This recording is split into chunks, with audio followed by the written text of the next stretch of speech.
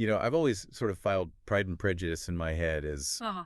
well, as fancy people having tea and worrying about who dances with whom. It's the ultimate comfort read, right? Hmm. But looking at the research for today, specifically this great breakdown from the Channel 2 novella, I'm realizing I might have completely missed the point. I think a lot of people do. You wouldn't be the only one. It's so easy to get distracted by the bonnets and the ballrooms. Yeah, exactly. But if you strip all that away, what you're left with is actually a pretty brutal psychological study. Ideal. Oh. That is not a word I would ever associate with Jane Austen. I think it fits, though. I mean, we're talking about a story that was originally titled First Impressions. It's a complete dissection of how dangerously wrong our first reads on people can be. And it's also a satire about money, survival, and, yeah, social brutality. Okay, survival feels like really high stakes for a romance novel. Yeah. Let's get into this analysis. Our mission today is to figure out how this story, a story about 5 sisters in the English countryside, became the blueprint for, like, every modern rom-com. While also being this incredibly sharp social critique. Right. So where do we even start with that?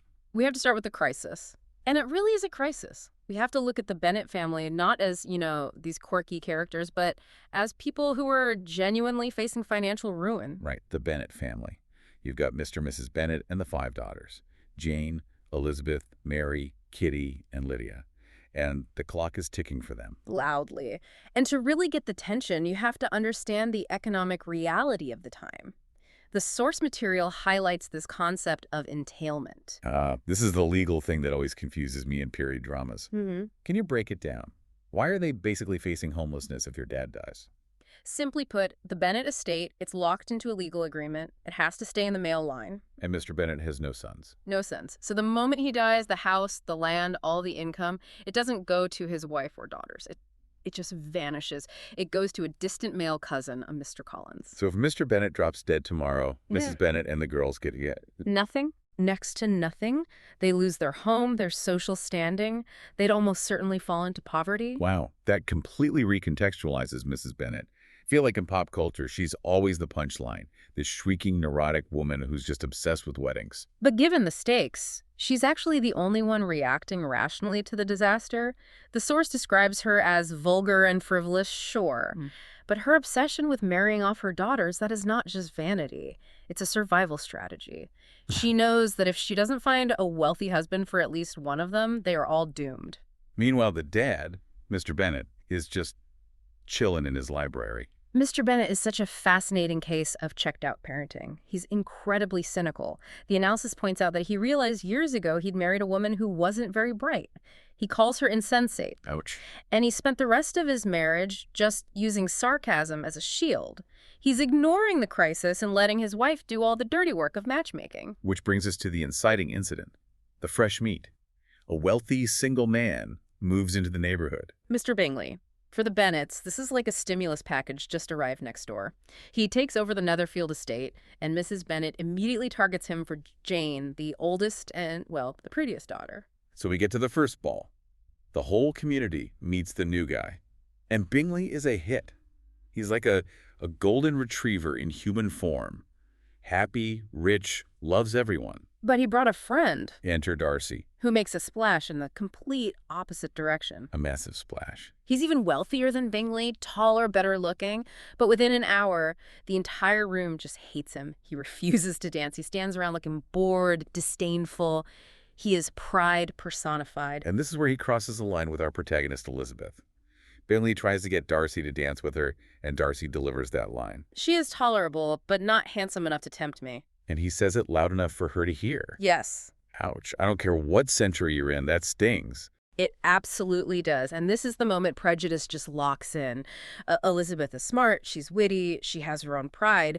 So she hears this massive insult and decides instantly this man is a villain. She just writes him off completely. Completely. It's a defense mechanism. He rejected her, so she rejects everything about him. But the plot, it forces them together. Mrs. Bennet, in this stroke of reckless genius, sends Jane to visit Bingley on horseback when she knows a storm is coming. Wait, she wanted Jane to get sick. She wanted Jane to get stuck at Netherfield, more time with Bingley.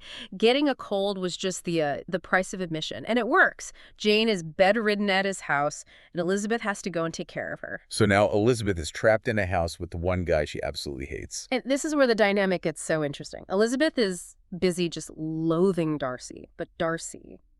He starts watching her. He sees her devotion to her sister. He sees she isn't intimidated by him at all. And he starts fighting this losing battle with his own attraction. He likes her fine eyes, as he puts it. But just as we get that little glimmer, the story throws in more obstacles. And the first one is that cousin we mentioned, the heir. Mr. Collins. Mr. Collins. Mr. Collins is a masterpiece of comic writing, but if you were a woman back then, he's a horror movie villain. He's a clergyman, but he's just a total sycophant. He's obsessed with his patroness, the very wealthy Lady Catherine de Bourgh. And he just talks in these long, boring monologues, right? Oh, they just suck the air out of the room. And he's there to make amends by marrying one of the daughters. He picks Elizabeth. And the proposal scene, it's just so... painfully unromantic. It's a business pitch. Totally. He literally lists his reasons. 1, a clergyman should marry. 2, Lady Catherine told him to. And 3, it will increase his own happiness. He barely even glances at what Elizabeth wants. And she turns him down. Which is huge. Right? I mean, she is turning down the one thing that could save her family from being homeless. It's an incredible gamble. Mrs. Bennet just loses her mind. She tries to force Elizabeth, but Mr. Bennet actually steps in with that famous line. He says, "Your mother will never see you again if you do not marry Mr. Collins, and I will never see you again if you do." Dad coming through in the clutch. Yeah. But then, something happens that feels like a real betrayal. Collins just pivots. He proposes to Elizabeth's best friend, Charlotte Lucas. And Charlotte says yes. And Charlotte says yes. This is such a key insight from the analysis. We judge Charlotte by our modern standards, like, girl, don't settle. Yeah. But Charlotte is 27. In that era, she is an old maid. Right. She has no money, no prospects. Collins offers her a home and security. Charlotte is the pragmatic counterweight to Elizabeth's idealism. She chooses safety over love because she doesn't really have the luxury of that choice. That puts Elizabeth's gamble in a whole new light. She's holding out for something real. But then, to make matters worse, she meets someone who seems to confirm all her worst feelings about Darcy. Mr. Wickham, the anti-Darcy. He's a soldier, he's charming, handsome. And very friendly. Yeah. And he drops a bombshell. He tells Elizabeth that he and Darcy grew up together. But Darcy, out of pure jealousy, stole the inheritance that Darcy's father left for him. And Elizabeth just swallows it whole. Why?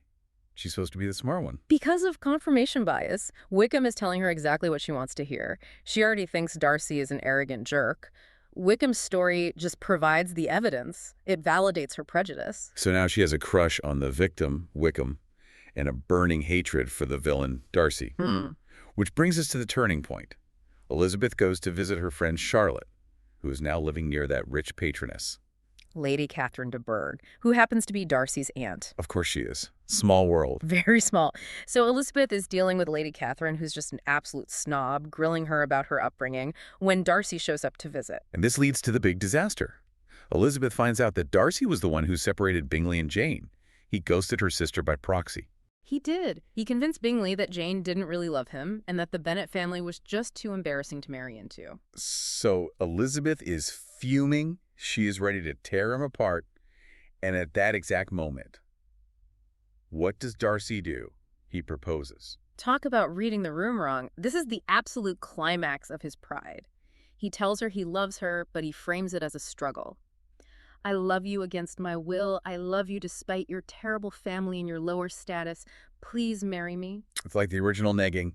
You're not good enough for me, but I guess I'll take you. And Elizabeth just explodes. All that repressed anger just comes out. She rejects him, and she lists her reasons so clearly. Your arrogance. You ruined my sister's happiness, and you destroyed poor Mr. Wickham. That has to be a splash of cold water for him. It's more than that. It completely shatters his worldview. He thought he was doing her a favor. He was just waiting for her to say yes. So he leaves, angry. But he doesn't just ghost her. He writes a letter. The letter is the fact check that changes the entire book. Yeah. He hands it to her the next day and then just disappears. Okay, so what does he say? How does he explain away the whole Wickham thing? He reveals the truth. Wickham isn't a victim. He's a predator. Darcy did give Wickham his inheritance. Wickham gambled it all away. And when the money ran out, Wickham tried to seduce Darcy's younger sister, Georgiana. How old was his sister? 15. Wickham tried to elope with a 15-year-old girl just to get her 30,000-pound dowry. Darcy caught them just in time. Wow. So Elizabeth has been flirting with a monster and hating the guy who's just protecting his sister. Exactly. And about Jane, Darcy admits he separated them, but not just because of the family. He genuinely thought Jane didn't love Bingley. Jane is very shy, very reserved.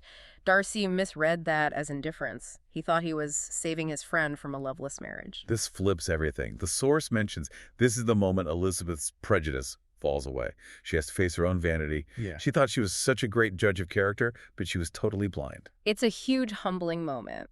And it sets up the second half of the book, which is really all about redemption. Right, because they spend some time apart.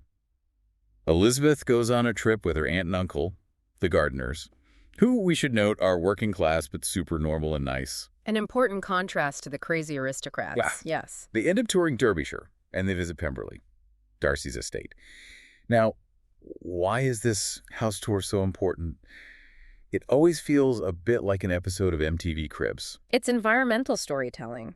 Elizabeth sees the estate, and it's tasteful, it's managed well. But the key witness is the housekeeper. Servants see everything, and the housekeeper just raves about Darcy. She says he is the best master, the kindest brother, so generous to the poor. That's something that's really hard to fake. Impossible. And this contradicts everything Elizabeth thought she knew. And then Darcy comes home early, and instead of being the snob from the ball, he's polite. He's gracious to her working-class relatives. He wants to introduce his sister. He is actively trying to be a better man. You can feel the tension shifting. She's falling for him. But then crisis strikes again. A letter arrives from home. Lydia, the wild youngest sister, has run away. With Wickham. And they aren't married. Which, in the 19th century, is social death. It's not just a scandal for Lydia. It ruins the reputation of all the sisters. No decent man, certainly not Darcy or Bingley, can marry into a family with that kind of stain on it. Elizabeth is devastated. She tells Darcy what happened, and he leaves abruptly. She assumes that's it. Game over. He doesn't want to be associated with this mess. But she's wrong again.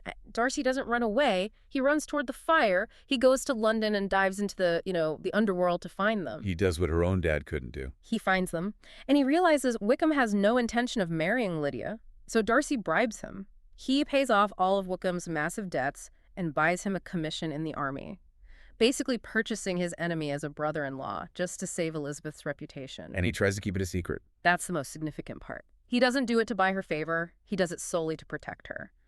But secrets in the Bennet family don't tend to last. Lydia lets it slip, and Elizabeth finds out the truth. So now she knows. He saved her family.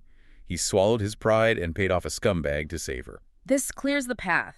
Bingley returns, with Darcy's blessing, and proposes to Jane. So we get one happy ending. But we need the main event. And, ironically, the person who pushes them together is the person trying to keep them apart. Lady Catherine. I love this irony. She hears rumors that Darcy might marry Elizabeth.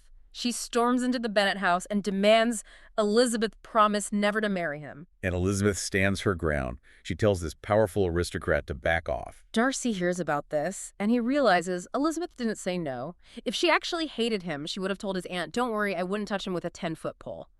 The fact that she defended her right to choose, that gives him hope. So we get the second proposal. The walk in the countryside. And notice the difference. The first proposal was a monologue about how great he was for lowering himself to love her.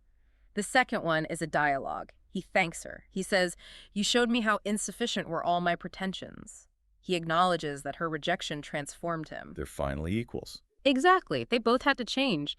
Darcy had to overcome his pride, his belief that his status made him superior, and Elizabeth had to overcome her prejudice, her trust in her own hasty judgments. So they get married, live at Pemberley, and are incredibly rich. Which, let's be honest, helps. It certainly helps. But looking back at the themes the source highlights, Austen isn't just giving us a fairy tale. She's engaging in a really sharp critique of her world. Specifically with class and gender. Yeah. I mean, look at the contrast. Lady Catherine has the highest status, but the absolute worst manners. The Gardiners, they work for a living, but they're the most refined people in the book. Austen is arguing that true gentility isn't about birth, it's about behavior. And for women. Elizabeth really represents something new, doesn't she? She does. The source calls it the new woman. In a world where women were treated as currency, as tokens to be exchanged for security, Elizabeth demands respect. She turns down 2 proposals that would have made her safe because she wants a partnership. She bet on herself and won. She did. And that was such a radical message for the time. It suggested that a woman's worth wasn't just in her dowry or connections, but in her mind and in her character. Before we wrap up, the research stack mentioned something I didn't know. P.D. James wrote a sequel. Yes. Death Comes to Pemberley. It picks up years later. Darcy and Elizabeth are married with kids, and then a murder happens on the estate. It turns the whole romance into a mystery. I might have to add that to my list. I love the idea of seeing them as parents. It's a fun read. It kind of explores what happens after the happily ever after when real life sets back in. So, taking a step back, we aren't really dealing with entailments or balls these days. Why does this story still grip us so much? I think it's because the central problem hasn't gone away. We live in a culture that is obsessed with first impressions. Oh, absolutely. Dating apps. Exactly. Swipe left, swipe right, Twitter bios. We make snap judgments about people constantly based on a single photo or a 280-character post. We are probably more prone to prejudice than Elizabeth Bennet ever was. That is terrifyingly accurate. We think we know someone because we saw their profile. Pride and Prejudice asks us to just stop, to look closer, to admit that maybe, just maybe, our first read is wrong. The arrogant guy might be shy, the charming storyteller might be a liar. You have to do the work to find the truth. I love that. Maybe we should all be a little less quick to swipe left. Couldn't hurt. That's it for our deep dive into the world of Jane Austen. If you've only seen the movies, do yourself a favor. Read the actual book. The satire is so much sharper, and Mr. Collins is even more ridiculous on the page. Thanks for listening, and we'll catch you on the next one.